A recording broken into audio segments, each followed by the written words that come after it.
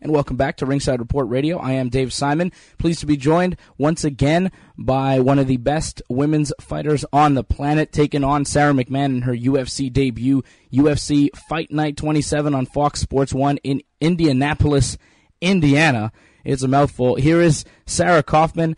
Sara, a big fight for you coming up. How has training camp been so far? Training's been awesome. It's probably one of the better camps especially at the start that I've had, and I'm feeling really strong, really good, and I'm just so excited to get the opportunity to finally step into that UFC octagon and showcase to the world what I know that I'm capable of. And it has been a long time coming. We were wondering when you were finally going to make your UFC debut. Is it nice to know that you have a date, you have a fight, it's set, and it's only about a month away now? As a fighter, it's always, that's what you're waiting for. The hard part is the limbo in between fights when you don't know what's happening and where you're going to be and when you're going to be used. And, 6 weeks from today actually is the fight. So, it's going to come up fast. Lots of training still before then. And, in the meantime, I'll be going to Seattle to watch my teammate Julie Kedzie fight. And I'm really excited for that fight in the UFC as well. Of course, that one going down next week in Seattle. She's taking on Germaine de Randamie. How's Julie looking coming up to this fight?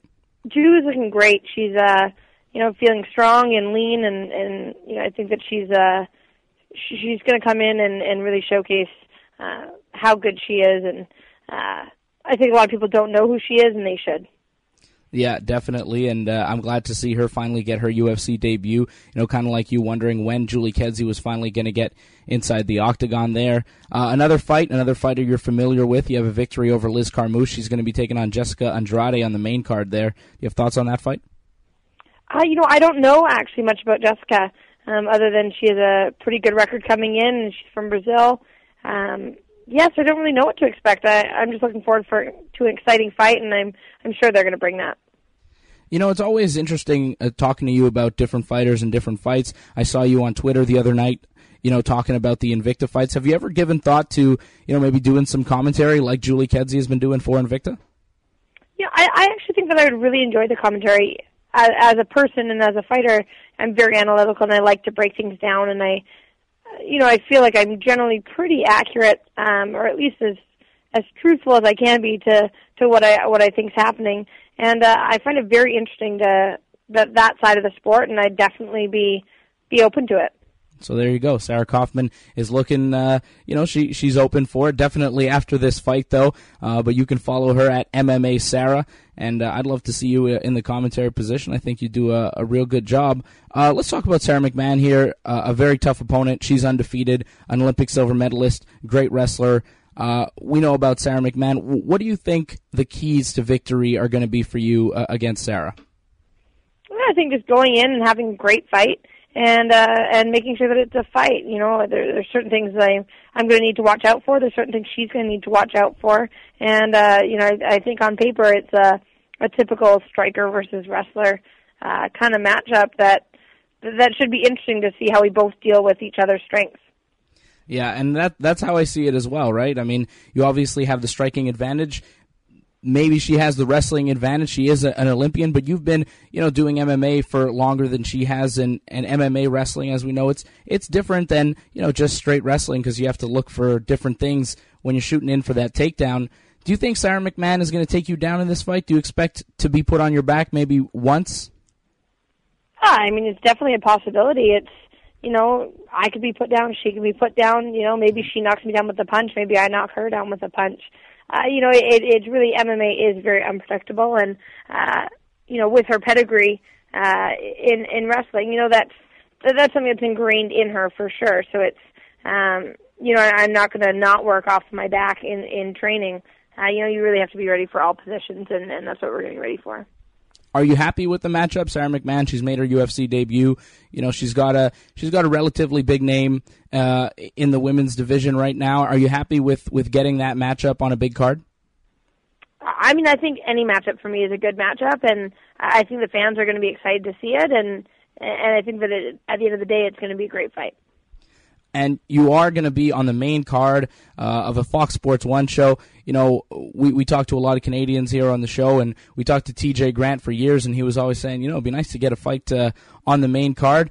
You, right off the bat, in the UFC, on the main card. It's pretty good. I mean, it's amazing, and I think it's a kind of a kickback to what I've been doing for the last, 5-6 years, and really trying to help push the sport, and having been the Strikeforce champion and been in some really big fights. I think that all plays into it, and I'm looking to come in, make sure the fans of the UFC know who I am, make sure that, regardless of what happens, I want them to know that I'm, there to fight. I'm not there to hug it out. I'm not there to wrestle on the cage. I really want to make sure that it's an exciting fight and not a stalled out fight. And really, that's all you can do. I want the win. I'm hungry for the win. I hate losing, and really that's the end of it. I just don't want to accept a loss in any form. Do you think Sara McMann is going to try and do that, try and stall you? I mean, it's definitely possible. I mean, maybe I stall her, but I don't want to be stalling in the fight. So, yeah. I think that the UFC, especially for the females, we don't want to have fights that are getting, stalled out. We want to have those exciting fights, have the fans really excited and anticipating the next female fight. And to be on a main card, you definitely don't want to be the one to dampen that kind of push that we have going forward. Do you see this fight as a number one contenders bout? To be fair, I honestly don't know. The UFC has their ranking systems. They have who they put in place for what fights they want. I think it would make sense based on where they have me ranked. Sara McMann already having a win in the UFC, but they do have a really large roster. And at this point, I want that title, and whenever, I'll keep winning until they give me that title shot, whether it's next fight, 2 fights, 3 fights, 4 fights, whatever I need to do. I'm going to put in the work, and I'm going to make sure that they know that I'm waiting in the sidelines for that title.